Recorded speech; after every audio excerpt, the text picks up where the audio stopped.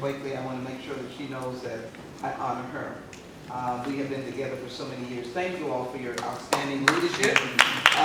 Let me indicate to all of you that we're in between Mueller, if you will, and so I will not stand, but I will say to you that along with Congresswoman Bass and Barbara Lee, we will work on this enormous event, the 25th anniversary, and women coming from all over the world to the United Nations.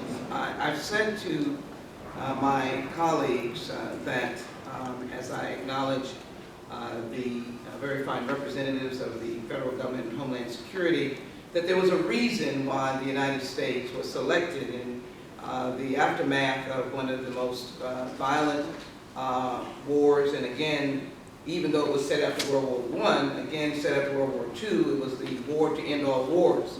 Unfortunately, that did not happen. Men and some women have taken up arms against each other, unfortunately. But the United Nations was supposed to be a place of peace, reconciliation, and where all of us from different walks of life can come. I do not want that original selection, because of the values of this nation, to be countered by any current policies that we can't try to cure.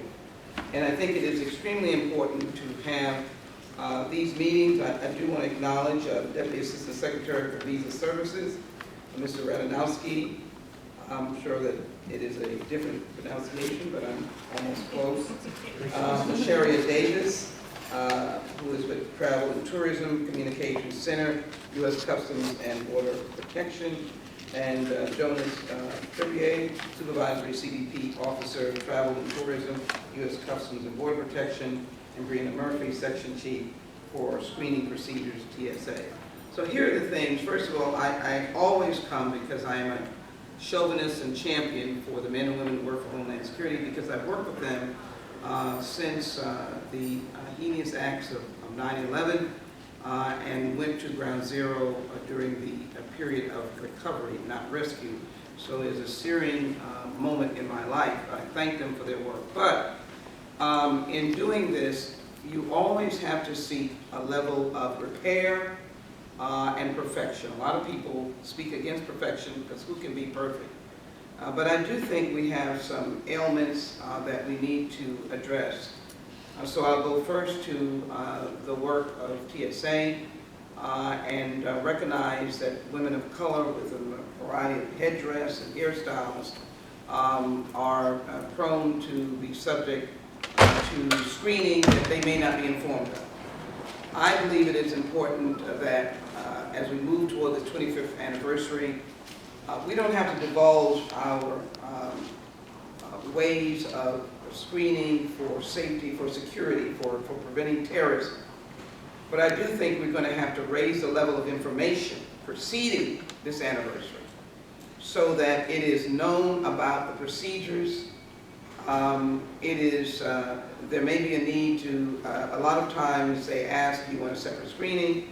I am an old shoe traveler. I have so many miles and I'm not offended by the body search. And I'm searched all the time because I go through the AIT, because I have hairpins in my hair and I cannot waste time going to the metal detector, if you will. So I go through that all the time. That means that every time I travel, I'm searched. Every time I travel. But I know that. I'm on notice. It makes a difference. So I'm saying to my government officials, this particular anniversary to the United Nations, again, the United Nations is symbolic of the respect that the world had for America right after World War II. I don't want us to continue to ignite that reputation, and we have begun to do that, particularly with women of color. So that is TSA not in condemnation, but in recognition of the work that you have to do, and the fact that anyone who is going in or out is certainly going, or people coming from in the United States to the United Nations, people from all different communities and backgrounds. Information. We must work to get information out.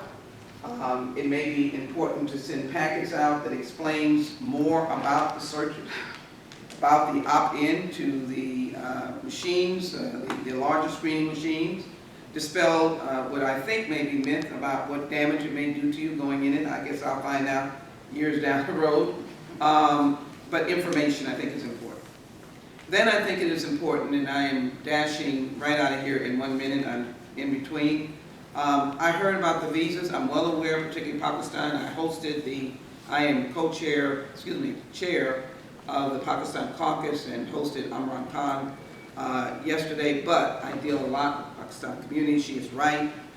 They deny visas in Islamabad for absolutely nothing. I have no idea why that is the case, but we must pre-investigate some of the sensitive areas where women will have to come. Women cannot empower themselves if they're not allowed to come and engage in the synergy of women coming from all over the world. One of the first experiences, or one of the most moving or striking experiences I had with Secretary Albright, so that's a while ago, was sitting at the border of Bangladesh, receiving returned trafficked victims, all girls, for whatever reason, had been sold. Families needed resources, and it was just a normal thing. So women need to come from places where they are still suffering in a two-status society. And I believe of all of the communities that will be coming, women should not be stopped because of our procedures, because we've given no information. So one of the things that I hope that we'll begin to do is to raise this question with our respective committees and oversight, Homeland Security, CBP, State Department on the visa end, because they are given in the countries. We need to get a plan. We need to get an understanding of the criteria that they will use, the litmus test that they will use, to be able to approve these visas. And as well, we need to ensure that we have answers to people who have come and have been denied. And whether or not we have, there's a structure of appeal, but I'd like to get in front of that people have notice, and more importantly, frame this anniversary in a way that we can put it in a certain category. So I'm here to be of help. I am due somewhere in the next 4 minutes. I did not want to not be here. I do want to leave you with one of the phrases that have gone around the world many times, which is human rights are women's rights, women's rights are human rights. We need to acknowledge women's rights, and we need to acknowledge human rights and human dignity. I'm leaving for the continent in a few days, and it is a special place for me. Every single country, continent of Africa, is very special. And in those countries, there are differing treatment of women.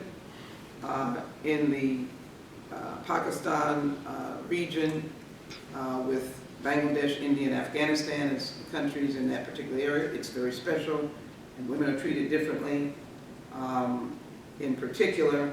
So I know that every aspect, I just came from the southern border, and women from Guatemala and El Salvador and Honduras treated differently as they escape violence. And so we've got to find a way to restore the reason we were chosen to be the home of the United Nations, and we are standing ready to be of help to everyone.